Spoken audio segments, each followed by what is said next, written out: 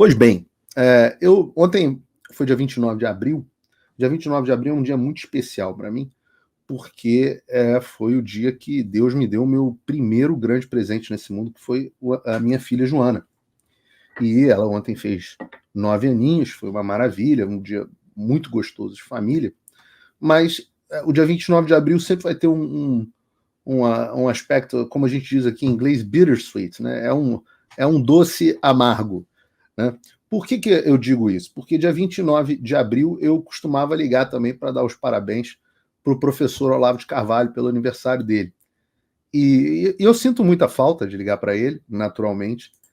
Eu só não sinto mais falta do Olavo porque ele está muito presente, ele continua muito presente. Né? O que ele deixou de legado é uma coisa absolutamente impressionante. De forma que essa noite, por exemplo, eu dormi ouvindo o Olavo falar sobre as personalidades histéricas e sobre a formação das ideias. E no dia 29, a gente comemora, por conta do aniversário do professor, o Olavo Day.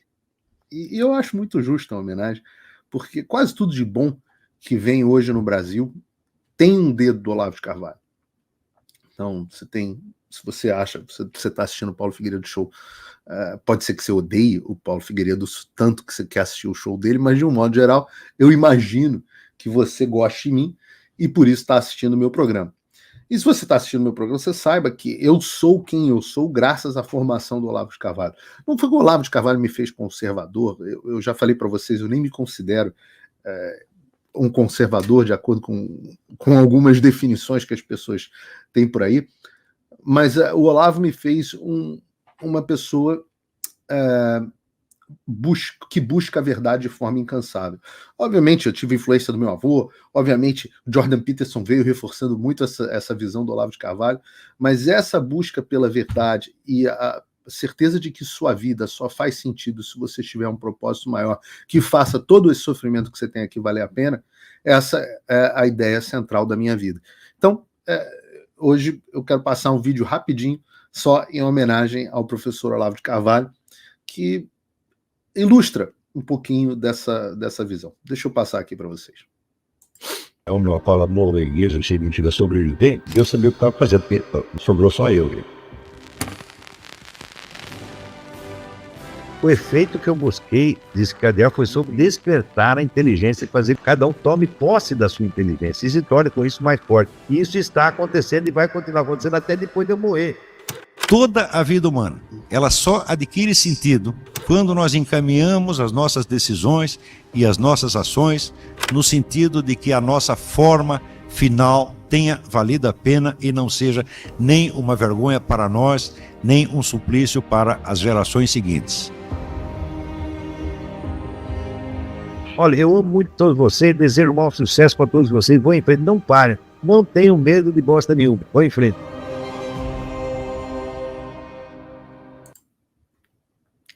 A gente não vai ter medo de bosta nenhuma e vai continuar indo em frente, exatamente como disse o professor Olavo de Carvalho.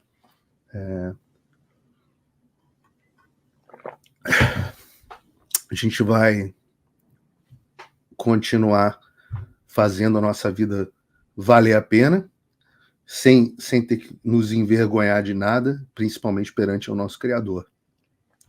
Então, essa libertação da sua inteligência, que você assuma o controle da sua própria inteligência, sem dúvida nenhuma, é o grande legado do professor Olavo de Carvalho, e pode ter certeza que, como diz o vídeo, mesmo ele tendo ido embora, as consequências do trabalho dele vão ficar por aí bastante tempo. Oi, eu vou ter que parar o vídeo só para te atualizar. A perseguição implacável continua. Desde dezembro de 2022 eu continuo sem passaporte, com as contas bancárias bloqueadas, redes sociais banidas no Brasil e muito mais. Agora estão vindo atrás de mim até porque eu contei para vocês os bastidores do que acontecia com os militares. E a novidade é que o Locals, onde muitos me apoiavam, fechou o acesso aos brasileiros por conta do STF. Então criei uma nova forma de você me apoiar diretamente. Você pode ser agora meu apoiador com uma pequena quantia por mês e ter acesso a vários conteúdos exclusivos, ou você pode agora também ser o meu patrono e passar a integrar comigo o meu grupo de elite, um grupo fechado de WhatsApp só para os patronos, além de fazer reuniões de Zoom mensais comigo para a gente discutir a situação do Brasil e do mundo. Se você quer que eu continue fazendo o meu trabalho, me apoia, use o link na descrição e eu garanto que eu vou continuar fazendo a minha parte. Muito obrigado. Olavo é imortal para desespero da esquerda. Olavo, se vocês acharam que ele tinha ido embora, ele não foi. E que a parte boa do trabalho do Olavo, pelo menos uma fraçãozinha. A gente não tem um Olavo de Carvalho tão bom quanto, mas temos um monte de filhotes, né, fazendo um pouquinho que, na soma, eu tenho certeza que o professor ficaria muito feliz e muito orgulhoso das sementes que ele plantou por aqui. Pois bem, feita essa homenagem, essa pauta agora é uma pauta extremamente conectada com o Olavo. Normalmente, quando eu faço Paulo Figueiredo Show, eu tenho aqui na minha tela as anotações dos pontos sobre os quais eu vou falar, né? E um ponto, obviamente, que eu tinha uma divergência muito grande com o Olavo, se conecta aí nisso que a gente está falando, mas um ponto que eu tinha uma divergência muito grande com o Olavo era em relação às Forças Armadas. Eu acho que é porque eu venho de uma família naturalmente muito ligada à história do Exército Brasileiro e a formação de militar teve uma influência incrível na minha formação, né? Não só, engraçado que não só pelo lado do meu pai, mas depois, quando minha mãe casou de novo, ela casou com um militar do Exército também. Então, obviamente, tem um peso gigantesco em quem eu sou, e eu não considero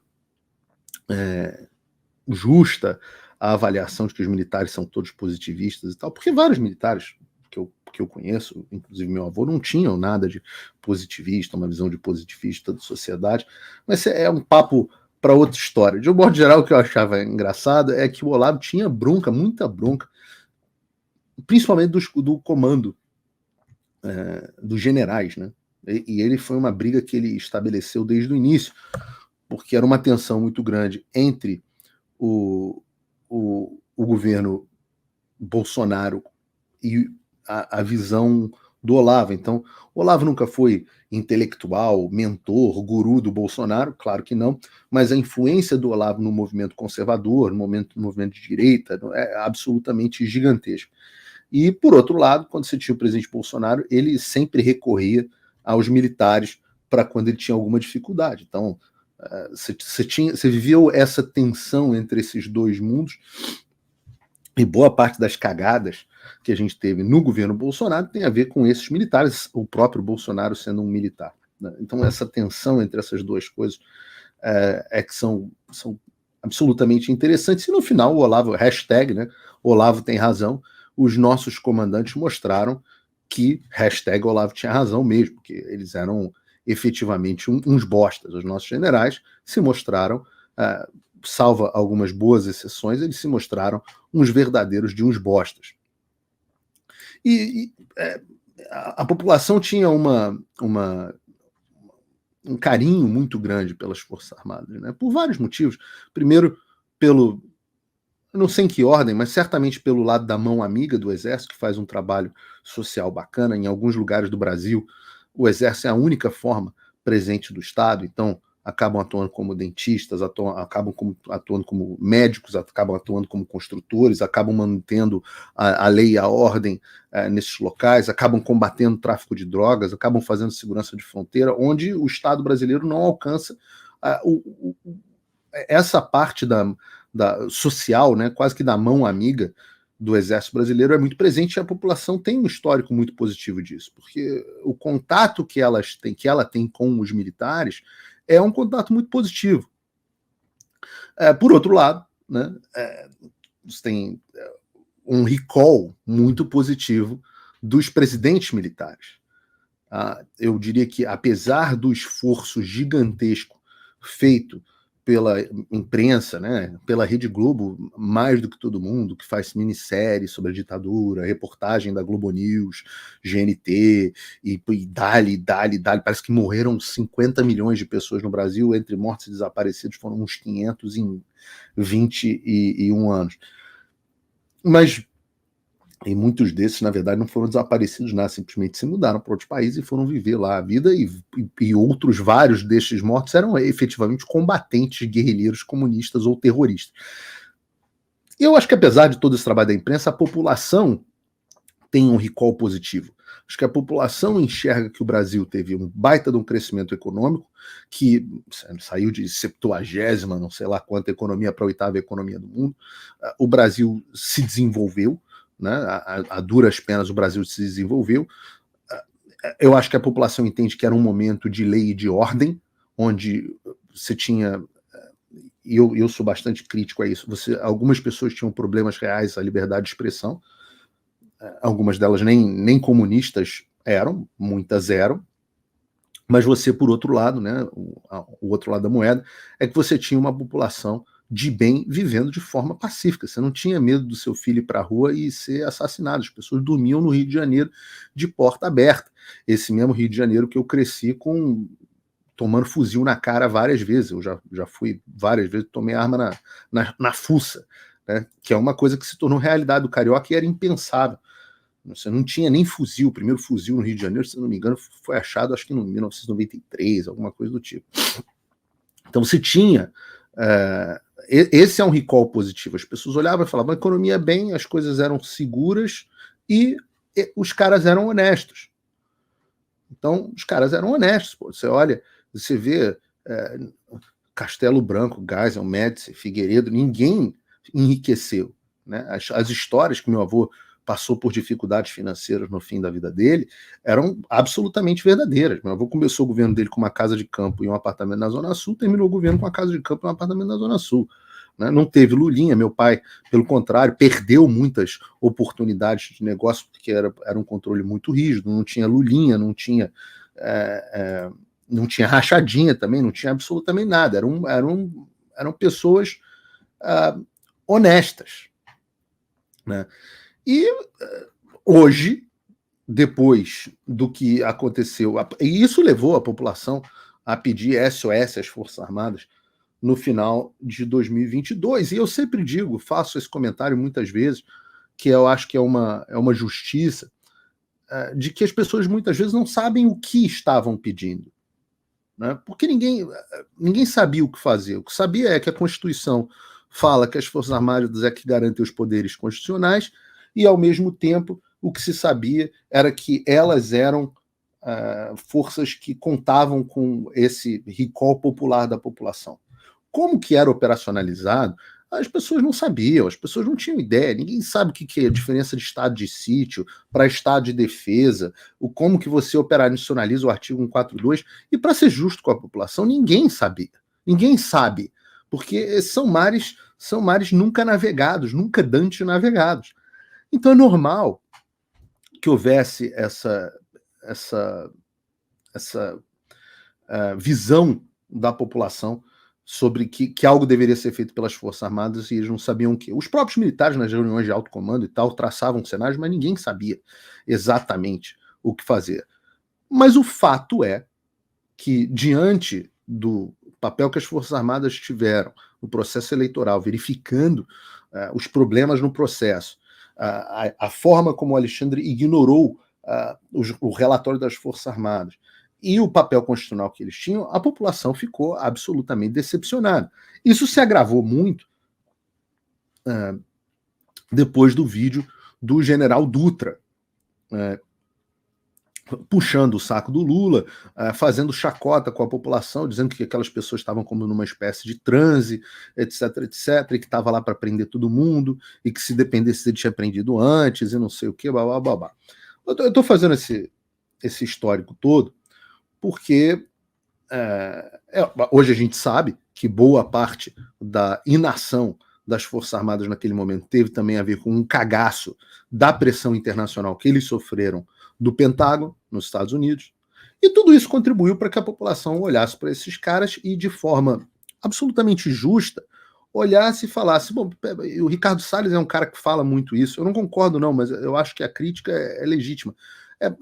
Peraí, se vocês não servem para garantir a lei e a ordem, porque a lei e a ordem não está sendo cumprida, se vocês não servem para garantir a defesa da pátria, porque o Brasil pode estar sendo alvo de ameaças externas, inclusive no seu processo eleitoral, e se vocês não servem para garantir os poderes constitucionais, para que vocês servem?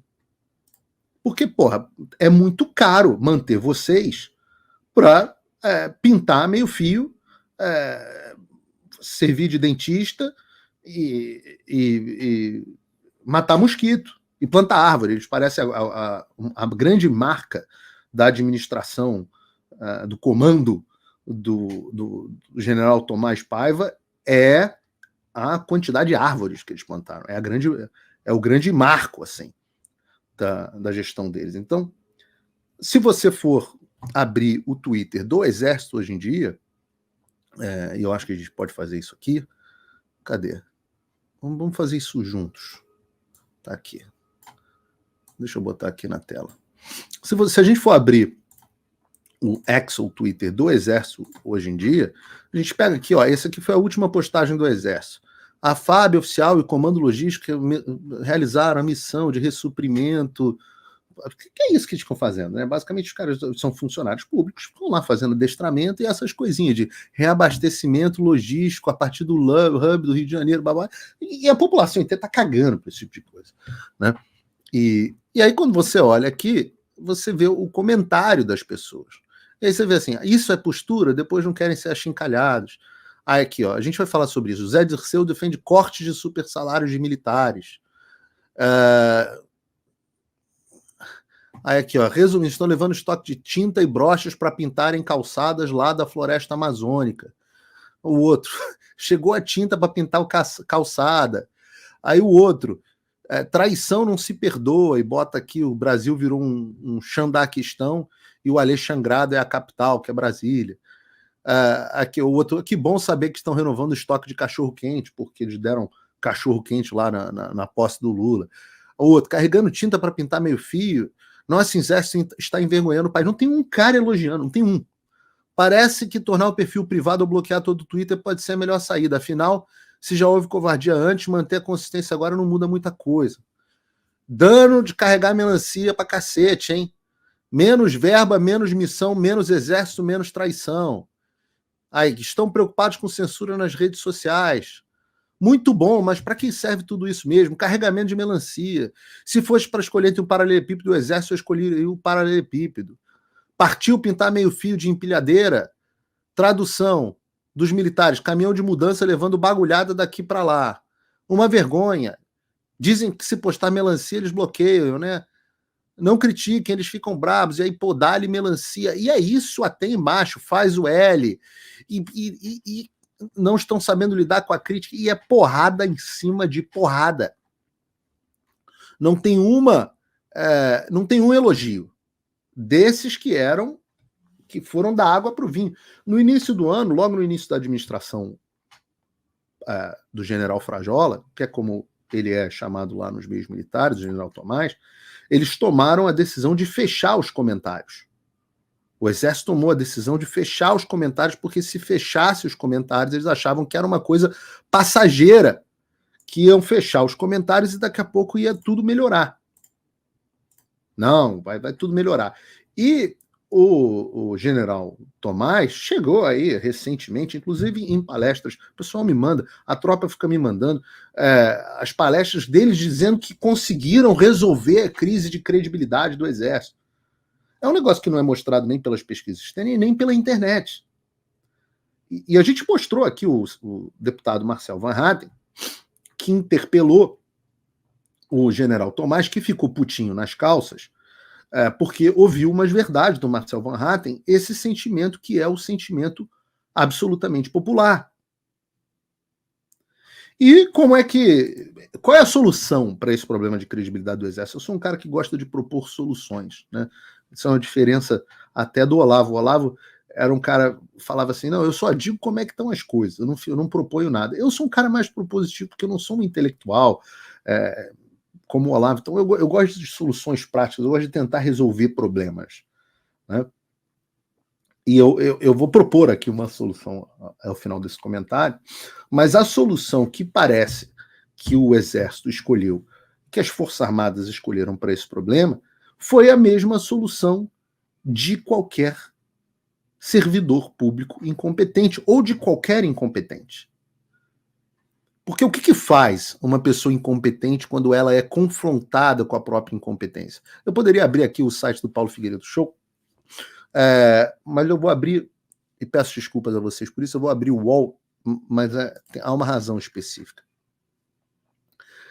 Exército baixa regras para moderar os perfis oficiais após cobranças de extremistas. Esqueçam os extremistas, que é o UOL, porque todo mundo é extremista, só tem extremista no Twitter, todo mundo é extremista, né? Mas olha aqui, o Exército Brasileiro publicou regras que aplicará para excluir comentários e bloquear usuários que interagem com os perfis das Forças Armadas nas redes sociais. Conforme as diretrizes divulgadas na última semana, comentários comentando mensagens que incitem o ódio, abre aspas, serão moderadas e ou excluídas, como aqueles que contêm linguagem apropriada, opiniões de cunho político e ideológico e até aqueles que usem informações e imagens de pessoas das instituições indevidamente. Ou seja, se você botar uma foto, como o cara botou do General Tomás, eles vão te bloquear. Só para terem uma ideia, aqui eu abri a lista direto do Paulo Figueiredo Show, e você olha aqui, se você manifestar sua opinião política ou ideológica no perfil do Exército, a solução do Exército é se censurar. Vocês entendem por que há um alinhamento natural entre o Alexandre de Moraes e o General Tomás, comandante do Exército? E talvez o comandante das outras forças também, para ser justo, é porque o Exército é a cabeça sempre. Os dois gostam de censurar opiniões divergentes. Os dois gostam de censurar crítica. Os dois acham que a opinião da internet é a opinião de extremistas, de uma bolha. Tem, inclusive, aqui, qualquer coisa que promova conteúdo fraudulento ou inverídico, de acordo com quem? Com a decisão lá, provavelmente do cabo, que vai ficar lá apertando block. O Alexandre delega esse poder para ele, para os servidores do TSE, para o cara da Anatel. O policiamento da verdade chegou ao comando do Exército. E já é assim internamente. Não pensem que não é assim internamente, porque é. É assim que ele vem se comportando lá dentro. Agora, a coisa mais louca é que até o cara do UOL, eu tenho que achar aqui, mas até o cara do UOL, o especialista, o UOL achou um especialista, tá aqui, Cadê? Tem um cara do UOL aqui que fala assim, não, olha, eu acho que isso é um exagero, acho que isso pode acabar censurando as pessoas. Eu falei assim, o quê? Tá aqui, olha isso, Caio Vieira Machado, pesquisador de Harvard, diretor executivo do Instituto Vero, que eu acho que é o do Felipe Feto. Não é o Felipe? Respondo aqui, Instituto Vero não é o do Felipe Feto? Se não for, é um outro. Ele fala assim, é um erro considerar que esse espaço dos comentários pertence ao Exército, está se colocando como moderador sem freio de contrapeso. Uma coisa é remover o conteúdo que é, de fato, spam, claro, e que é, de fato, nocivo como incitação à violência, que seria o crime. Mas quem garante que eles não vão, por exemplo, cercear críticas políticas ou a própria instituição, que é um direito de nós, cidadãos? Questionou. É mesmo, cara. Quer dizer que se o governo consegue calar opiniões, o cidadão fica sem poder fazer críticas a instituições? Mas críticas às instituições militares, será que são críticas também? São ataques, considerados ataques às instituições? Precisa passar por Harvard para isso?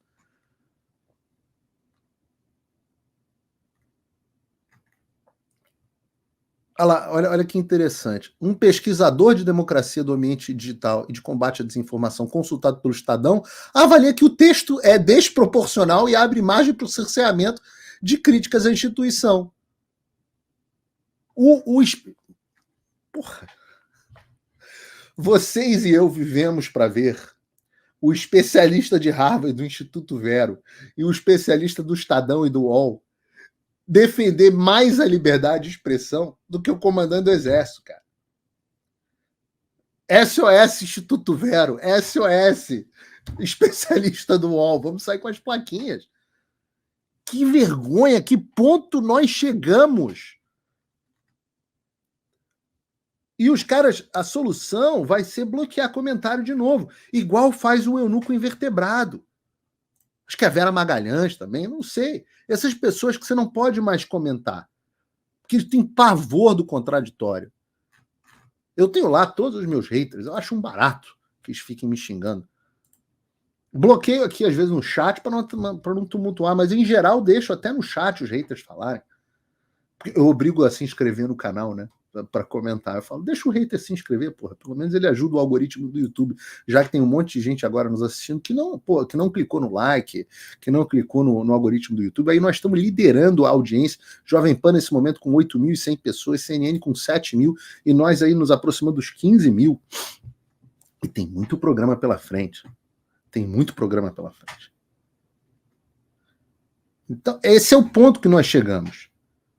O especialista do UOL, o Instituto Vero, defendendo a liberdade de expressão, enquanto o comandante do exército quer botar um pobre de um cabo lá, bloqueando comentário, que nem um maluco.